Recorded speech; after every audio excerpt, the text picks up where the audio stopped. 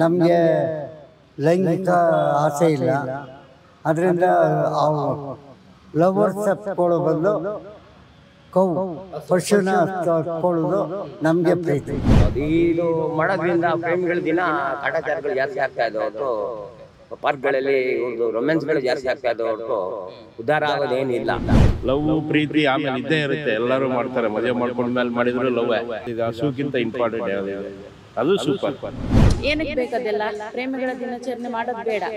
ಯಾರು ಚೆನ್ನಾಗಿ ಜೀವನ ಮಾಡ್ತಾರೋ ಅದೇ ಪ್ರೇಮಿಗಳ ದಿನಾಚರಣೆ. ಯಾರು ಗಂಡ ಹೆಂಡತಿ ಚೆನ್ನಾಗಿ ಜೀವನ ಮಾಡ್ತಾರೋ ಅದು ದಿನವೆಲ್ಲವೂ ಪ್ರೇಮಿಗಳ ದಿನಾಚರಣೆ. ಸರ್, ಈಗ ಫೆಬ್ರವರಿ 14 ಪ್ರೇಮಿಗಳ ದಿನಾಚರಣೆ ಅಂತಾನೆ ಆ ದಿನ ಸೆಲೆಬ್ರೇಟ್ ಮಾಡ್ತಾ ಇದ್ರು ಇಷ್ಟು ವರ್ಷ. ನಿಮ್ಗೆ ಕೇಳಿರ್ತೀರಾ. ಇವಾಗ ಈ ವರ್ಷದಿಂದ ಸೆಂಟ್ರಲ್ ಗೌರ್ಮೆಂಟ್ ಇಂದ ಚೇಂಜ್ ಮಾಡಿದ್ದಾರೆ, ಹಸುವನ್ನು ಅಪ್ಪಿಕೋ ದಿನ ಅಂತ ಮಾಡಿದ್ದಾರೆ, ಕೌಸ್ ಡೇ ಅಂತ. ಸೊ ನಿಮ್ಮ ಅಭಿಪ್ರಾಯ ಏನಿದ್ರ ಬಗ್ಗೆ? ಖಂಡಿತ ಇದು ಒಳ್ಳೆಯದು. ಪ್ರೇಮಿಗಳ ದಿನಾಚರಣೆ ಅನ್ನೋದು ನಮ್ಮ ಭಾರತೀಯ ಸಂಸ್ಕೃತಿ ಅಲ್ಲ. ಆ್ಯಕ್ಚುಲಿ ಗೋವುಗಳನ್ನು ಇಲ್ಲಿ ಪೂಜನೀಯವಾಗಿ ಕಾಣ್ತಾರೆ. ಆ ದಿನ ಮಾಡಿರುವಂಥದ್ದು ಸ್ವಾಗತಾರ್ಹ. ಅದನ್ನು ನಾವೆಲ್ಲ ಆಚರಣೆ ಮಾಡ್ತೀವಿ. ಖಂಡಿತ ಅವರು ಡಿಸೈಡ್ ಮಾಡಿರೋದು ಫೆಬ್ರವರಿ 14 ಏನಿದೆ ತುಂಬ ಚೆನ್ನಾಗಿದೆ. ಫೆಬ್ರವರಿ 14 ಅದರದ್ದು ಗೋವುಗಳ ದಿನಾಚರಣೆ ಮಾಡಿದರೆ ಈ ಒಂದು ಆಲ್ರೆಡಿ ಪ್ರೇಮಿಗಳ ದಿನಾಚರಣೆ ಅಂತೇನಿದೆ, ನಾವು ಅದನ್ನು ಗೋ ಪ್ರೇಮವನ್ನು ತೋರಿಸ್ಬೋದು. ಅದ್ರ ಜೊತೆಗೆ ಗೋ ಸಂರಕ್ಷಣೆಗೆ ಕೂಡ ಒಂದು ಮಹತ್ವದ ಹೆಜ್ಜೆಯನ್ನು ಇಡ್ಬೋದು ಅಂತ ಈ ಮೂಲಕ ಹೇಳಕ್ಕೆ ಇಷ್ಟಪಡ್ತೀನಿ. ಪ್ರೇಮಿಗಳಿಗೆ ಅಂತಲೇ ಇವತ್ತು ಸಂಭ್ರಮ, ಆ ಸಡಗರ, ಅದು ವೆಸ್ಟರ್ನ್ ಕಲ್ಚರ್ ನಮ್ಮ ಭಾರತಕ್ಕೂ ಕೂಡ ಬಂದಿದೆ. ಪ್ರಪಂಚದಾದ್ಯಂತ ಅವತ್ತು ಮಾಡ್ತಾರೆ. ಆದರೆ ಭಾರತೀಯರಾಗಿ ನಾವು ಅದಕ್ಕೆ ಬಲಿಯಾಗೋದು ಬೇಡ. ಪ್ರೇಮಿಗಳ ದಿನಾಚರಣೆ ದಿನ ಇದನ್ನು ಗೋಪೂಜೆಯನ್ನು ಮಾಡೋಣ. ಪ್ರೇಮಿಗಳಿಗೆ ಒಂದು ದಿನ ಬೇಡವೇ ಬೇಡ ಅಂತ 365 ಡೇಸ್ ಅವ್ರು ಮಾಡ್ತಾನೆ ಇರ್ತಾರೆ ನಾರ್ಮಲ್ ಆಗಿ. ಅದಕ್ಕೆ ಅಂತಲೇ ಸಪ್ರೇಟ್ ಒಂದು ದಿನ ನೆಸಿಟಿ ಇಲ್ಲ. ನಾವೆಲ್ಲ ಏಜ್ ಆಗಿದೆ, ನಮಗೆ ಲೈಂಗಿಕ ಆಸೆ ಇಲ್ಲ, ಅದರಿಂದ ಲವರ್ಸ್ ತಪ್ಕೊಳ್ಳೋ ಬದಲು ಪಶುನ ತಕ್ಕೊಳ್ಳೋದು ನಮಗೆ ಪ್ರೀತಿ. ಅಂದರೆ ಇವಾಗ ಹಸುನ ಎಲ್ಲರೂ ಪ್ರೀತಿ ಮಾಡೋಕ್ಕಾಗಲ್ಲ ಸರ್. ಇವಾಗ ನಾವು ಹಿಂದೂ ಧರ್ಮವಾಗಿ ನಾವು ಹಸುನ ಪ್ರೀತಿ ಮಾಡ್ತೀವಿ, ಅಂದರೆ ಬೇರೆ ಧರ್ಮಗಳೆಲ್ಲ ಹಸುನ ಪೂಜಿಸಲ್ಲ. ಅವ್ರಿಗೆ ಬೇರೆ ಒಂದು ದಿನ ಏನಾದರೂ, ನಾವು ಹಿಂದೂಗಳು ಅದು ನಮಗೆ ದೇವ್ರ ಸಮಾನ, ಅದರಿಂದ ನಾವು ಹಸುನ ಪ್ರೀತಿ ಮಾಡ್ತೀವಿ. ಇನ್ನು ಪ್ರೀತಿ ಜಾಸ್ತಿ ಬೆಳಿತೈತಿ. ಹಸು ಮುಖ್ಯ ನಮಗೆ. ಲವ್ ಪ್ರೀತಿ ಆಮೇಲೆ ಇದ್ದೇ ಇರುತ್ತೆ, ಎಲ್ಲರೂ ಮಾಡ್ತಾರೆ. ಮದುವೆ ಮಾಡ್ಕೊಂಡ್ಮೇಲೆ ಮಾಡಿದ್ರು ಲವ್ವೇ. ಪ್ರೇಮ ಲವ್ ಮ್ಯಾರೇಜ್ ಮಾಡ್ಕೊಂಡ್ರು ಮ್ಯಾರೇಜೇ. ಬಟ್ ಅದಕ್ಕಿಂತ ಇಂಪಾರ್ಟೆಂಟ್ ಯಾವುದಿದೆ, ಹಸುಕ್ಕಿಂತ ಇಂಪಾರ್ಟೆಂಟ್ ಯಾವುದಿದೆ ಅದು ಸೂಪರ್. ಅದೇ ಇರಬೇಕು ಈ ಪ್ರೇಮಿಗಳ ದಿನಾಚರಣೆ. ಅದ್ರಲ್ಲಿ ನಮಗೆಲ್ಲ ಇಷ್ಟ ಆಗ್ಬೋದು, ಹುಡುಗರಿಗೆ ಇಷ್ಟ ಆಗ್ಬೋದು. ಬಟ್ ವೈಯಕ್ತಿಕವಾಗಿ ಯೋಚನೆ ಮಾಡಿ ನೋಡಿದಾಗ ಹಸುವಿನ ಅಪ್ಪಿಕ ದಿನ ತುಂಬ ಸೂಪರ್. ಈ ಒಂದು ಬದಲಾವಣೆ ನಿಮಗೆ ಸರಿ ಅನ್ಸುತ್ತೆ? 100% ಇಷ್ಟ. ಇದು ಮಾಡೋದ್ರಿಂದ ಪ್ರೇಮಿಗಳ ದಿನ ಕಾಟಾಚಾರಗಳು ಜಾಸ್ತಿ ಆಗ್ತಾ ಇದ್ದಾವೆ ಹೊರತು ಪಾರ್ಕ್ಗಳಲ್ಲಿ ಇವ್ರದ್ದು ರೊಮ್ಯಾನ್ಸ್ಗಳು ಜಾಸ್ತಿ ಆಗ್ತಾ ಇದ್ದಾವೆ ಹೊರತು ಉದ್ಧಾರ ಆಗೋದೇನಿಲ್ಲ. ಹಸುಗಳು ಮಾಡಿದ್ರೆ ಪ್ರೀತಿಯಿಂದ ಹಸುಗಳು ಹಾಲಾದರೂ ಕೊಡುತ್ತದೆ ನಮಗೆ. ಅದಕ್ಕೆ ಪ್ರೀತಿಯಿಂದ ನೋಡಿದ್ರೆ ನಮ್ಗೆ ಮಕ್ಕಳಿಗೆ ಹಾಲು ಕೊಡುತ್ತೆ. ಅದು ನಮಗೆ ಅದು ಏನು ಕೊಟ್ಟರು ನಮಗೆ ಅದು ಅಮೃತ. ಅದೇನು ಕೊಟ್ಟರು ಅಮೃತ ನಮಗೆ ಹಸು ಅಲ್ವಾ. ಅದು ನೋಡಿ, ಅದು ಹಸು ಅದನ್ನ ತೋರಿಸ್ಕೊಂಡು ಕರು ಹಿಂದ್ಗಡೆನೇ ಹೋಗುತ್ತೆ. ಯಾಕೆ ಹೋಗುತ್ತೆ? ಆ ಮಗುನ ಅಷ್ಟು ಪ್ರೀತಿಯಿಂದ ನೋಡ್ಕೊಡುತ್ತೆ. ಅದು ಪ್ರೀತಿ ವಿಶ್ವಾಸ ಅಂದರೆ ಅದು ಬಿಟ್ಬಿಟ್ಟು ಪ್ರೇಮಿ ದಿನಗಳು, ಆ ದಿನಗಳು, ಈ ದಿನಗಳು ಅಂತ ಮಾಡ್ತಾ ಹೋದರೆ ಅದು ಕೊನೆ ಇಲ್ಲ, ಮೊದಲು ಇಲ್ಲ. ಇನ್ನು ಡಿಸ್ಅಡ್ವಾಂಟೇಜಸ್ ಹೊರತು ಅದರಿಂದ ಅಡ್ವಾಂಟೇಜಸ್ ಏನಿಲ್ಲ. ದೇಶಕ್ಕೆ ಒಳ್ಳೇದು, ಸಮಾಜಕ್ಕೆ ಒಳ್ಳೇದನ್ನೂ ಆಗೋದಿಲ್ಲ ಅಂತ ಇಷ್ಟ ಮಾಡಿದ್ರೆ ಒಳ್ಳೇದು. ಯಾಕಂದರೆ ಹಸುವಿಂದ ನಮಗೆ ಎಷ್ಟು ಇದು ಉಪಯುಕ್ತ ಇದೆ ಅಲ್ವಾ. ಹಾಲು ಇಲ್ದಿರ ಯಾರ ಮನೇಲಿ ಎಲ್ಲ ಇರಬೇಕು. ಇವಾಗ ಹಸು ಬಗ್ಗೆ ಮಾಡಿದ್ರೆ ಒಳ್ಳೇದು. ಪ್ರೇಮಿಗಳ ದಿನಾಚರಣೆ ಮಾಡಿದ್ರೆ ಎಲ್ಲರಿಗೂ ಹಾಲ್ಟ್ ಆಗುತ್ತೆ. ಮನಸ್ಸಿಗೆ ತುಂಬ ಬೇಜಾರು ಮಾಡಿಕೊಂಡು ಎಷ್ಟೆಷ್ಟೋ ಫ್ಯಾಮ್ಲಿಗಳು ದೂರ ಆಗಿದ್ದಾವೆ. ಇವಾಗ ಏನಕ್ಕೆ ಬೇಕದೆಲ್ಲ? ಪ್ರೇಮಿಗಳ ದಿನಾಚರಣೆ ಮಾಡೋದು ಬೇಡ. ಯಾರು ಚೆನ್ನಾಗಿ ಜೀವನ ಮಾಡ್ತಾರೋ ಅದೇ ಪ್ರೇಮಿಗಳ ದಿನಾಚರಣೆ. ಯಾರು ಗಂಡ ಹೆಂಡತಿ ಚೆನ್ನಾಗಿ ಜೀವನ ಮಾಡ್ತಾರೋ ಅದು ದಿನವೆಲ್ಲವೂ ಪ್ರೇಮಿಗಳ ದಿನಾಚರಣೆನೇ ನನ್ನ ಪ್ರಕಾರ. ಯಾರು ಇವಾಗ ಮಾಡ್ತಾರೆ ಪ್ರೇಮಿಗಳ ದಿನಾಚರಣೆ ಅಂತ ಮಾಡ್ತಾರೆ, ಯಾರೂ ಒಂದಾಗಿ ಇರೋದಿಲ್ಲ. ಎಲ್ಲ ಹೋಗ್ತಾ ಇದೆ. ಏನಂತ ಹೇಳ್ತೀರಿ? ಯಾರು ಜೊತೆಗಿರೋದಿಲ್ಲ. ಅದೇ ಒಂದು ಹಸುನ ಸಾಕಿ ಅದ್ರ ಬಗ್ಗೆ ನಾವು ದಿನಾಚರಣೆ ಅಂತ ಮಾಡಿದ್ರೆ ನಮಗೂ ಒಂದು ಖುಷಿನೇ. ಆ ಥರ ಮಕ್ಕಳನ್ನ ಇವಾಗ ಏನಾಗ್ಬಿಟ್ಟಿದೆ ಅಂದರೆ ಒಳಗೆ ಕೂಡಾಕೊಂಡು ಇದು ಮಾಡಿಬಿಡ್ತಾರೆ. ಆಚೆಗಳನ್ನ ಬಿಡಬೇಕು. ಮಕ್ಕಳನ್ನು ಕೂಡ ಸ್ವಲ್ಪ ಹಸು ಬಗ್ಗೆ ಹೇಳ್ಬೇಕು, ಪ್ರಾಣಿಗಳ ಬಗ್ಗೆ ತಿಳಿಸ್ಬೇಕು. ಹಾಗೆ CW ಕೌ ಅಂತ ಹೇಳ್ಕೊಡ್ತಾರೆ ಅಷ್ಟೇ. ಅದನ್ನು ನೋಡೋಂಗಿಲ್ಲ, ಅದ್ರ ಬಗ್ಗೆ ಏನು ಹೇಳೋಂಗಿಲ್ಲ ಪೇರೆಂಟ್ಸು. ಅದ್ರ ಬಗ್ಗೆನೂ ಮಾತಾಡಬೇಕು. ಖಂಡಿತವಾಗ್ಲೂ ಒಳ್ಳೆ ಅಭಿಪ್ರಾಯ ನನ್ನ ಲೆಕ್ಕದಲ್ಲಿ. ಆಯಿತಾ, ಇದ್ರ ಬಗ್ಗೆ ಎರಡನೇ ಮಾತಿಲ್ಲ. ಯಾಕೆಂದರೆ ಭಾರತೀಯ ಸಂಸ್ಕೃತಿಯನ್ನು ನಾವು ಬೆಳೆಸ್ಕೊಂಡು ಹೋಗ್ಬೇಕು. ಆಯಿತಾ, ಮನೆಯಲ್ಲಿ ಮೊದಲೆಲ್ಲ ಹಸು ಸಾಕ್ತಾಯಿದ್ರು, ಇವಾಗ ಮನೇಲಿ ಹಸು ಸಾಕ್ತಾ ಇಲ್ಲ. ಆಯಿತಾ. ಆದ ಕಾರಣದಿಂದ ಈ ರೀತಿ ಒಂದು ಹೊಸ ರೀತಿ ಜನರಿಗೆ ಅಂದರೆ ಯೂತ್ಸ್ಗೆ ಜಾಗೃತಿ ಮೂಡಿಸ್ತಾ ಇರೋದು ಒಳ್ಳೆ ನಡೆ. ಖಂಡಿತವಾಗ್ಲೂ ಇದನ್ನು ನಾನು ಸ್ವಾಗತಿಸ್ತೇನೆ. ಈ ರೀತಿ ಕಾರ್ಯಕ್ರಮಗಳು ಮುಂದೇನೂ ಬರಬೇಕು. ನಮ್ಮ ಯುವ ಜನತೆಗೆ ಸರಿಯಾದ ಮಾರ್ಗದರ್ಶನದಲ್ಲಿ ಕರ್ಕೊಂಡು ಹೋಗ್ಬೇಕು. ಏನಾಗಿದೆ, ನಮ್ಮ ಯುವ ಜನತೆಗಳು ಫಾರಿನ್ ಕಲ್ಚರ್ ಅಂದರೆ ವೆಸ್ಟರ್ನ್ ಕಲ್ಚರ್ ಅಂತಾರೆ, ಅದನ್ನು ನೋಡಿ ಅದನ್ನು ಬೇಗ ಆಗಬೇಕು, ವೆರಿ ಫಾಸ್ಟ್. ಯಾವುದನ್ನು ಕಲಿತಾ ಇಲ್ಲ, ಯಾವುದ್ರ ಬಗ್ಗೆನೂ ಏನಂತಾರೆ ಅದ್ರ ಬಗ್ಗೆ ಅಧ್ಯಯನ ಮಾಡ್ತಾ ಇಲ್ಲ, ಆಯಿತಾ. ಪುಸ್ತಕ ಓದ್ತಾರೆ, ಯೂಟ್ಯೂಬ್ ನೋಡ್ತಾರೆ, ಫೇಸ್ಬುಕ್ ನೋಡ್ತಾರೆ, ಏನಿದೆ ಆನ್ಲೈನ್ ಅದನ್ನು ಮಾತ್ರ ಫಾಲೋ ಮಾಡ್ತಾ ಇದ್ದಾರೆ. ನಮ್ಮ ಹಳ್ಳಿ ಕಲ್ಚರ್ ಆಗಲಿ, ಆಯಿತಾ, ಆ ಸೊಗಡಾಗಲಿ ಅದೇನು ಇತ್ತೀಚಿನ ಜನರಲ್ಲಿ ಏನು ಮೈಗೂಡಿಸ್ಕೊಂಡಿಲ್ಲ, ಆಯಿತಾ. ಅಕ್ಕಿಯಲ್ಲಿ ಬೆಳೀತಾರೆ, ಮರದಲ್ಲಿ ಬೆಳೀತಾರೆ ಅನ್ನೋ ಸುಮಾರು ಯೂತ್ಸ್ ಇದ್ದಾರೆ. ಪ್ರಧಾನಮಂತ್ರಿ ಯಾರು, ಮುಖ್ಯಮಂತ್ರಿ ಯಾರು ಅನ್ನೋದು ಗೊತ್ತಿಲ್ಲ, ಅವರು ಡಿಗ್ರಿ ಓದ್ತಾ ಇದ್ದಾರೆ. ಅಂಥ ಯುವ ಜನತೆಯನ್ನು ಇಟ್ಕೊಂಡು ನಾವು ದೇಶ ಕಟ್ಟೋದಾಗಲಿ ಸಮಾಜ ಕಟ್ಟೋದಾಗಲಿ ಮಾಡಲಿಕ್ಕೆ ಸಾಧ್ಯ ಇಲ್ಲ.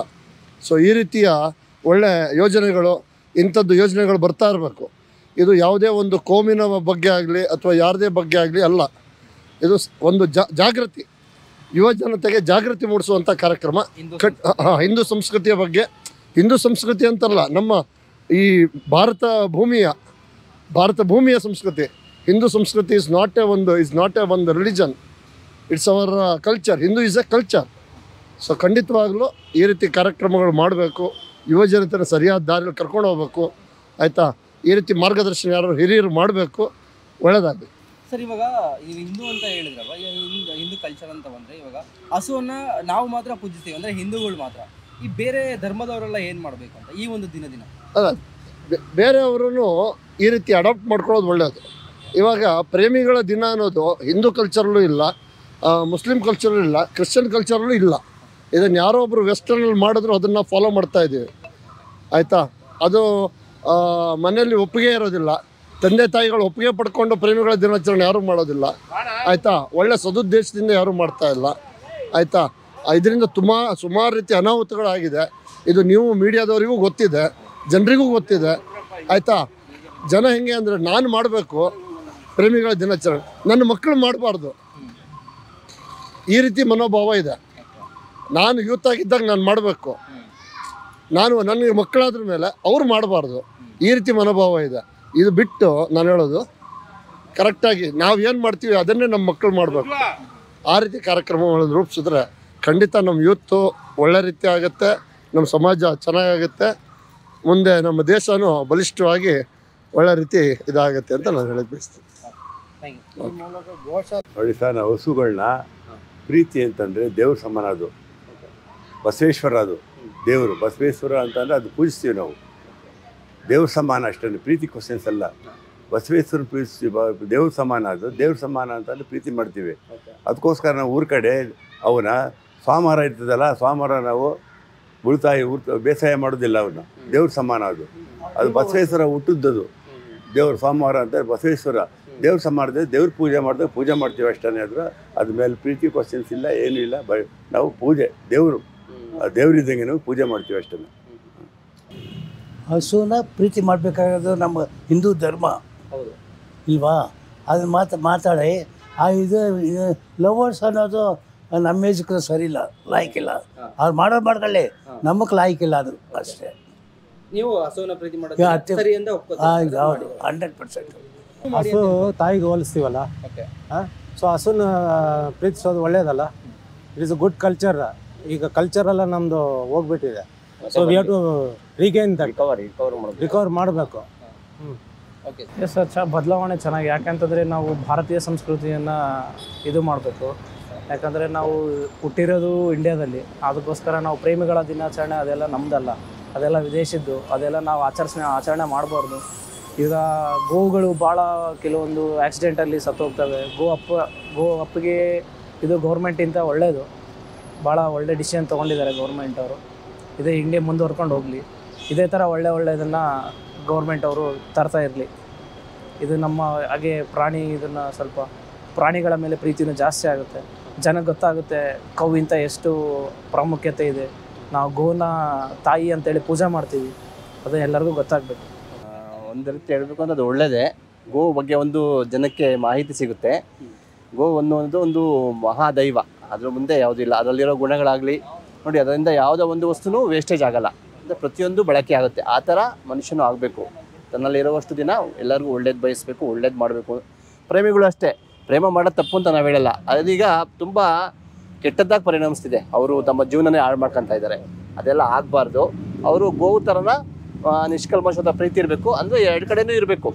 ಜೊತೆಗೆ ಅವರ ಪೇರೆಂಟ್ಸ್ಗಳಿಗೂ ಅದು ತೊಂದರೆ ಆಗಬಾರ್ದು. ಆ ಥರ ಪ್ರೀತಿ ಆಗಲಿ, ಆ ಗೋ ಥರ ಆ ಪ್ರೇಮಿಗಳು ಚಿರಮರವಾಗಿ ಚೆನ್ನಾಗಿರಲಿ ಅಂತ ನಾವು ಆಶಿಸ್ತೀವಿ. ಈ ಒಂದು ದಿನ ಹಸುಗೆ ಮೀಸಲಿಟ್ಟಿರೋದು ನಿಮಗೆ ಸರಿ ಅನ್ಸುತ್ತೆ? ತುಂಬ ಸಂತೋಷ ಆಗುತ್ತೆ. ಯಾಕೆಂದರೆ ಹಸುವಿನ ಬಗ್ಗೆ ನಮ್ಮ ಹಿಂದೂಗಳಲ್ಲಿ ಕೆಲವರಿಗಿನ್ನೂ ಅದ್ರ ಬಗ್ಗೆ ಗೊತ್ತೇ ಇಲ್ಲ. ಅದ್ರ ಬಗ್ಗೆ ಸ್ವಲ್ಪ ಅಂದರೆ ಪೂರ್ಣವಾಗಿ ಗೊತ್ತಿಲ್ಲ. ಬಟ್ ಇದನ್ನು ಮಾಡೋದ್ರಿಂದ ಅದಕ್ಕೆ ಒಂದು ಒಳ್ಳೆ ಗೌರವ ಕೊಟ್ಟಂಗಾಗುತ್ತೆ. ಯಾಕೆಂದರೆ ಎಂತೆಂಥದಕ್ಕೂ ದಿನ ಮಾಡಿದ್ದಾರೆ. ಗೋ ದಿನ ಅಂತ ಮಾಡಿದ್ರೆ ನಮ್ಗೆ ತುಂಬ ಸಂತೋಷ, ತುಂಬ ಸಂತೋಷ. ಕೆಲವರು ಹೇಳ್ತಾರೆ ಇವಾಗ ಹಸುವನ್ನು ಎಲ್ಲ ಧರ್ಮದವರು ಪೂಜೆ ಮಾಡಲ್ಲ, ಹಂಗಾಗಿ ಹಸುವನ್ನು ಯಾರು ಅಷ್ಟು ಸಾಕಿರಲ್ಲ. ಅಂದರೆ ಈಗ ಮುಸ್ಲಿಂ ಆಗಿರ್ಬೋದು, ಹಿಂದೂಗಳು ನಾವು ಪೂಜೆ ಮಾಡ್ತೀವಿ, ನಾವು ಸಾಕಿರ್ತೀವಿ. ಈಗ ಮುಸ್ಲಿಂ ಅಂತ ಬಂದರೆ ಅವ್ರು ಮಾಡಿರಲ್ಲ. ಅವ್ರು ಏನು ಮಾಡ್ತಾರೆ ಈ ಒಂದು ದಿನದಲ್ಲಿ ಅಂತ? ಅಂದರೆ ಇವಾಗ ಏನಾಗಿದೆ ಅಂದರೆ ಅವರಲ್ಲೂ ಕೆಲವರು ಪರಿವರ್ತನೆ ಆಗಿದ್ದಾರೆ. ಯಾಕಂದರೆ ಇವಾಗ ನೀವು ಹೇಳ್ದಂಗೆ ಮುಸ್ಲಿಮ್ಸ್ ಅವರು ತುಂಬ ಜನ ಅದನ್ನು ತಿನ್ನೋದು ಬಿಟ್ಟಿದ್ದಾರೆ, ಮತ್ತು ಅದಕ್ಕೆ ಗೌರವ ಕೊಡ್ತಾ ಇದ್ದಾರೆ. ಯಾಕಂದರೆ ಮಾನವೀಯತೆ ಅಂದರೆ ಹಸುಗೆ ಒಂದು ಶಕ್ತಿ ಇದೆ ಅಂತ ಅವ್ರಿಗೂ ಗೊತ್ತಾಗಿದೆ. ಅದರಲ್ಲಿ ಕೆಲವರು ಕ್ರೂರತ್ವ ಇರುತ್ತೆ, ಅಂಥವ್ರು ಬಿಟ್ಟಿಲ್ಲ. ಬಟ್ ತುಂಬ ಜನ ಬಿಟ್ಟಿದ್ದಾರೆ. ನನ್ನ ಸ್ನೇಹಿತರು ತುಂಬ ಜನ ಇವಾಗ ಅದನ್ನು ಉಪಯೋಗಿಸ್ತಾ ಇಲ್ಲ. ಯಾಕೆಂದರೆ ಇವಾಗೆಲ್ಲ ಮಾಧ್ಯಮಗಳಲ್ಲಿ ತಿಳಿದು ಅದ್ರ ಬಗ್ಗೆ ಅವರಿಗೆ ಮಾಹಿತಿ ಗೊತ್ತಾಗಿರೋದ್ರಿಂದ ತುಂಬ ಜನ ಬಿಟ್ಟಿದ್ದಾರೆ. ಹಂಗಾಗಿ ಇದು ಮಾಡೋದ್ರಿಂದ ಇನ್ನೂ ಕೆಲವು ಜನಕ್ಕೆ ಅದು ಅರ್ಥ ಆಗುತ್ತೆ. ಹಂಗಾಗಿ ಅದು ಪರಿವರ್ತನೆ ಆಗುತ್ತೆ ಅಂತ ನನ್ನ ಒಂದು ಬೇಡಿಕೆ. ಹೌದೌದು, ಎಲ್ಲ ಧರ್ಮಕ್ಕೂ ಒಂದು ಒಳ್ಳೆ ಮಾಹಿತಿ. ಇದು ತುಂಬ ಒಳ್ಳೆ ವಿಷಯ. ಯಾಕೆಂದರೆ ಎಂತೆಂಥದಕ್ಕೂ ಮಾಡ್ತಾರೆ. ಅಂಥದ್ರಲ್ಲಿ ಹಸುವು ಒಂದು ವಿಶೇಷ ದಿನ ಇಟ್ಟರಲ್ಲ, ಈ ಹಿಂದೂ ಧರ್ಮಕ್ಕೆ ಒಂದು ಒಳ್ಳೆಯ ಒಂದು ದಿನ ಅಂತ ನಾನು ಆಶಿಸ್ತೀನಿ.